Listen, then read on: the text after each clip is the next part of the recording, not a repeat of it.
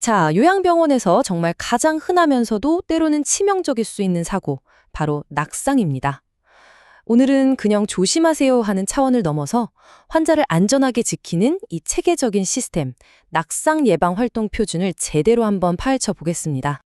지금 보시는 이 질문, 이게 바로 우리 모두가 매일같이 고민하는 문제 아니겠어요? 그리고 이번 인증 표준의 정말 핵심을 꿰뚫는 질문이기도 합니다. 왜냐하면 요양시설에서 낙상이라는 건요, 그냥 한번 삐끗하고 마는 그런 사고가 아니잖아요. 환자의 삶을 통째로 위협할 수 있는 정말 심각한 위험이니까요.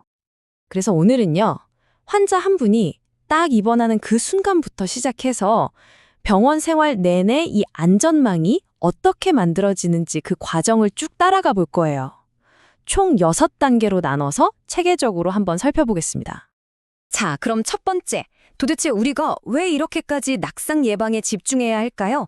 이 표준이 진짜로 원하는 목표가 뭔지, 그거부터 확실하게 짚고 넘어갈게요. 여기서 가장 중요한 단어는 대응이 아니라 예방입니다. 그러니까 일이 터지고 나서 수습하는 게 아니고요. 환자 한 분 한 분의 특성, 그리고 우리 병원의 환경적인 요인까지 미리 쫙 분석해서 위험 자체를 맞춤형으로 차단하는 거죠. 이런 선제적인 시스템을 만드는 것, 바로 그게 이 표준의 최종 목표라고 할 수 있습니다.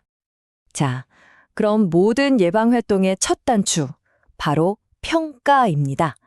근데 진짜 중요한 건요, 이 모든 게 환자가 병원 문을 딱 들어서는 그 순간부터 시작된다는 거예요.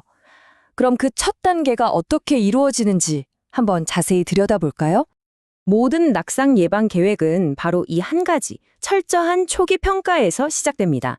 이건 뭐랄까, 절대 건너뛰거나 대충 할 수 없는 가장 중요한 첫걸음이에요. 왜냐하면 이 평가 결과가 앞으로 우리가 뭘 해야 할지 알려주는 일종의 설계도가 되거든요. 표준에서는 아주 명확하게 얘기하고 있어요. 첫째, 그냥 감으로 하는 게 아니라 신뢰도가 검증된 평가 도구를 써야 한다는 거. 그리고 둘째, 모든 환자는 입원 시에 무조건 이 초기 평가를 받아야 한다는 겁니다. 이 도구들이라는 게 결국 과거에 넘어진 적 있는지, 보행기는 쓰시는지, 정신 상태는 어떠신지 같은 객관적인 지표로 위험도를 체계적으로 분석해 주는 거거든요. 자, 이렇게 평가를 해서 환자의 위험 수준을 파악했어요. 그럼 이제 그 정보를 우리만 알고 있으면 아무 소용이 없겠죠? 세 번째 단계는 바로 이 중요한 정보를 모두가 알 수 있게 만들고 또 공유하는 겁니다.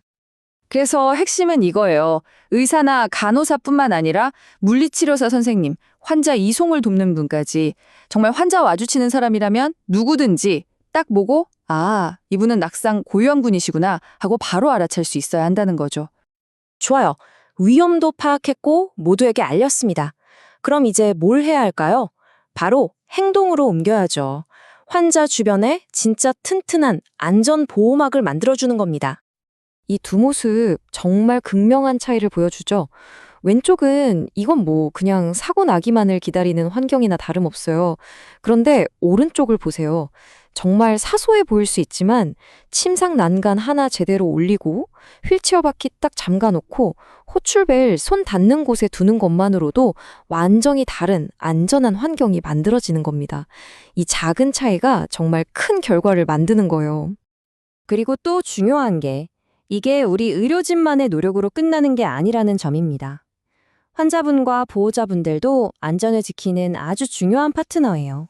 그래서 호출벨은 어떻게 쓰는지, 침상 난간은 왜 항상 올려둬야 하는지, 미끄럽지 않은 신발이 얼마나 중요한지, 스스로를 지킬 수 있는 방법을 꼭 알려드려야 합니다. 자, 그런데 환자 상태라는 게 늘 똑같지가 않잖아요.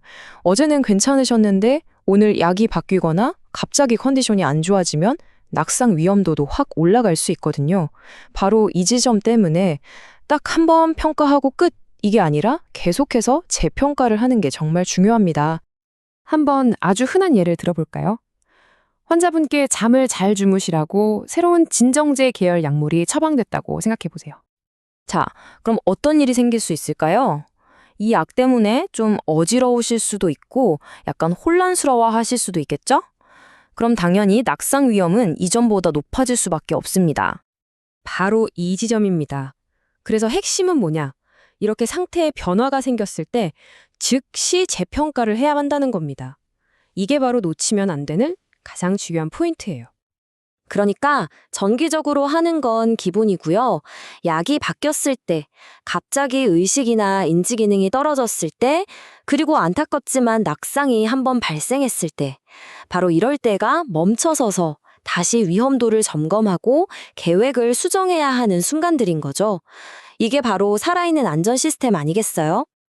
이제 거의 다 왔습니다. 근데 환자 안전이라는 게 병실 침대에서만 지켜진다고 끝나는 게 아니죠. 환자분들은 복도를 걷고 물리치료실도 가고 검사실도 가시잖아요. 진짜 안전은 바로 이 모든 공간, 환자의 모든 동선으로 우리의 관심을 확장하는 데서 시작됩니다.